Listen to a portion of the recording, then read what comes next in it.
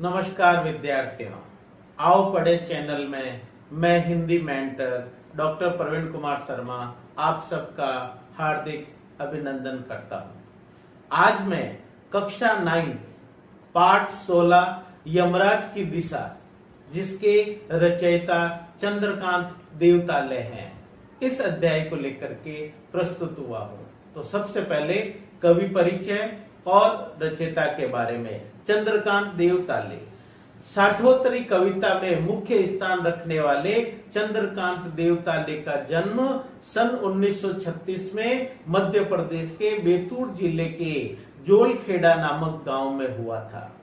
उन्होंने इंदौर से उच्च शिक्षा तथा सागर विश्वविद्यालय से पीएचडी की शिक्षा पूरी की।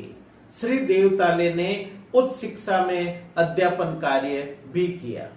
रचना विषय, उनकी रचनाओं का संसार व्यापक है। हड्डियों में छिपा ज्वर, दीवारों पर खून से लकड़बग्गा हंस रहा है, भूखंड तप रहा है, पत्थर की बेंच, इतनी पत्थर रोशनी इत्यादि इनकी मुख्य रचनाएं हैं। साहित्यिक विशेषताएं, इनकी चंद्रकांत देवताले की कविता में गांवों, कस्बों और निम्न मध्यम वर्ग के जीवन का चित्रण है।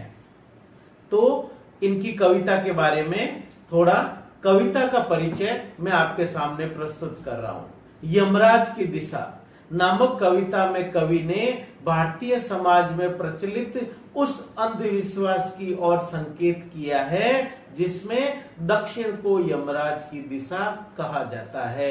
दक्षिण दिशा को अपशगुन की दिशा कहा जाता है। आपने देखा होगा, आपने अपने घर परिवार वगैरह सब जगह पर दक्षिण मुखी मकान को भी नहीं खरीदते हैं, क्योंकि यह अपशगुन की दिशा मानी जाती है और उस ओर पैर करके सोने की मनाही होती है। दक्षिण दिशा की तरफ अगर आप पैर करके सोते हैं, इसका मतलब आपने यमराज को असंतुष्ट कर दिया।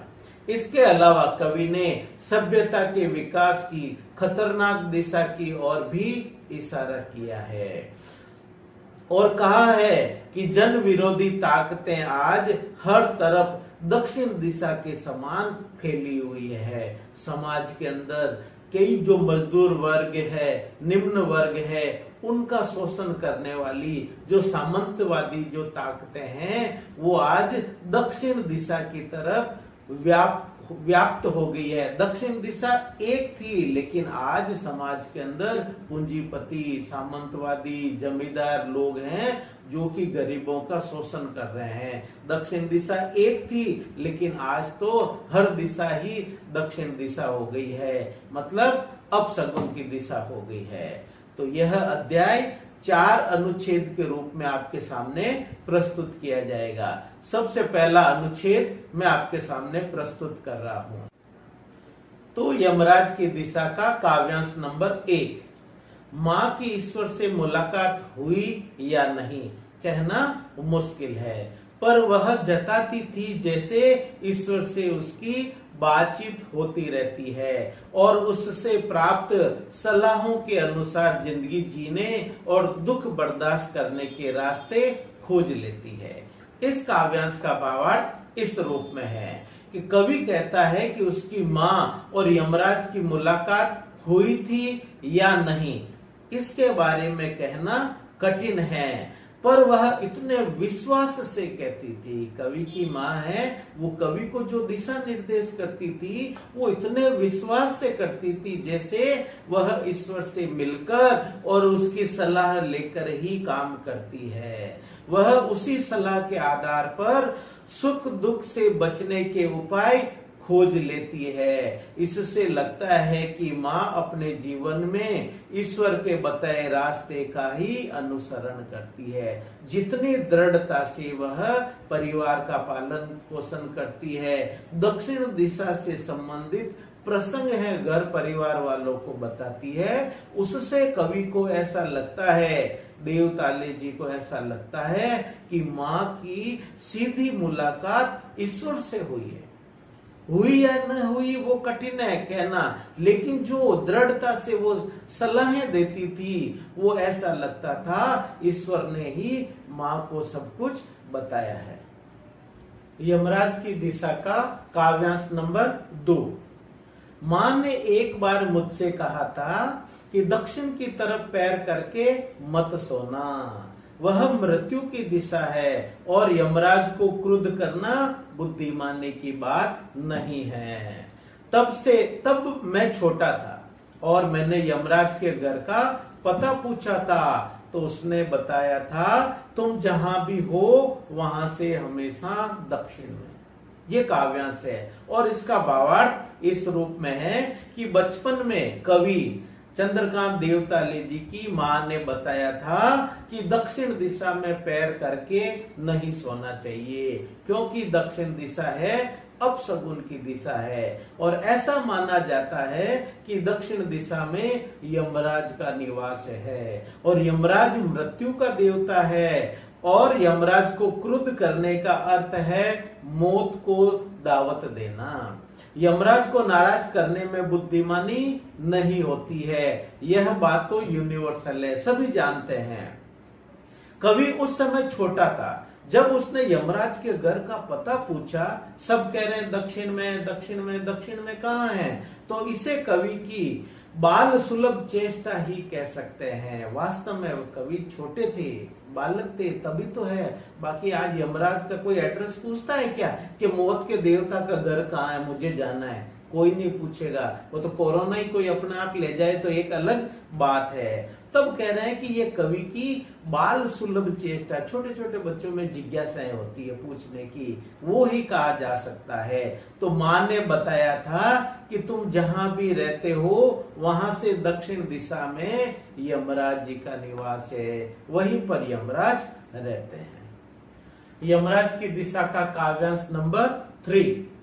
माँ की समझाइश के बाद दक्षिण दिशा में पैर करके मैं कभी नहीं सोया और इससे इतना फायदा जरूर हुआ कि दक्षिण दिशा पहचानने में मुझे कभी भी मुश्किलों का सामना नहीं करना पड़ा। मैं दक्षिण में दूर दूर तक गया और मुझे हमेशा माँ याद आई। दक्षिण को लांग लेना संभव नहीं था, होता छोड़ तक पहुंच पाना तो यमराज का घर देख लेता। अब दक्षिण दिशा में पैर नहीं करना, दक्षिण दिशा में ये नहीं करना, दक्षिण दिशा है वो मौत की दिशा है, यमराज की दिशा है।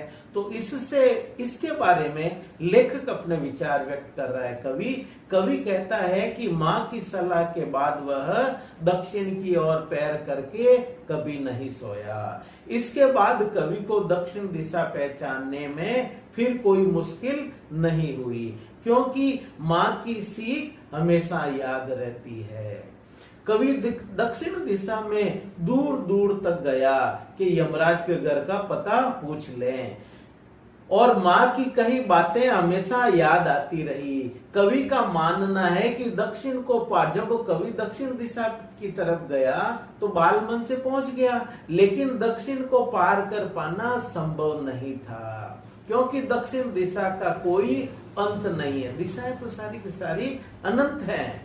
यदि इस दिशा का अंत होता तो कवि यमराज का घर देख लेता, उसे यमराज का पता मिल जाता, लेकिन दक्षिण दिशा है वो अनंत है, तो कवि की जिज्ञासा भी यहाँ पर शांत नहीं हुई। यमराज की दिशा का काव्यांश नंबर 4, यह अंतिम है। पर आज जिधर भी पैर करके सो वही दक्षिण दिशा हो जाती है। सभी दिशाओं में यमराज के आलीशान महल है और वे सभी में एक साथ अपनी दहकती आंखों सहित विराजते हैं। माँ अब नहीं है और यमराज की दिशा भी वह नहीं रही जो माँ जानती थी। इसका भावार्थ इस रूप में है कि कवि सभ्यता के खतरनाक विकास की ओर इशारा करते हुए कहता है कि आज जीवन विरोधी ताकतें किसी एक दिशा तक सिमट कर नहीं रह गई है। आज जिधर भी पैर करके सो वही यमराज की दिशा बन जाती है।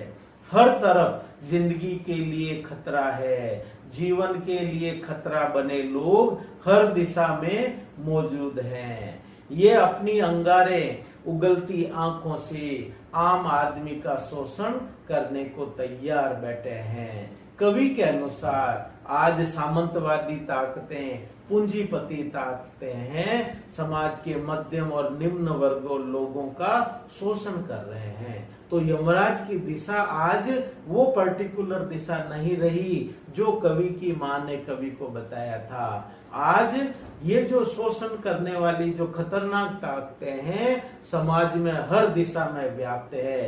तभी तो कवि ने कहा कि आज वह यमराज की दिशा वह नहीं रही जो कवि की मां ने कवि को बताया था। शोषण करने वाली ताकतें, समाज के मध्यम और निम्न वर्ग का शोषण करने वाली ताकतें हर दिशा में व्याप्त है अपनी अंगारों उगलती आंखों के साथ। तो ये यमराज की दिशा का भावार्थ हुआ।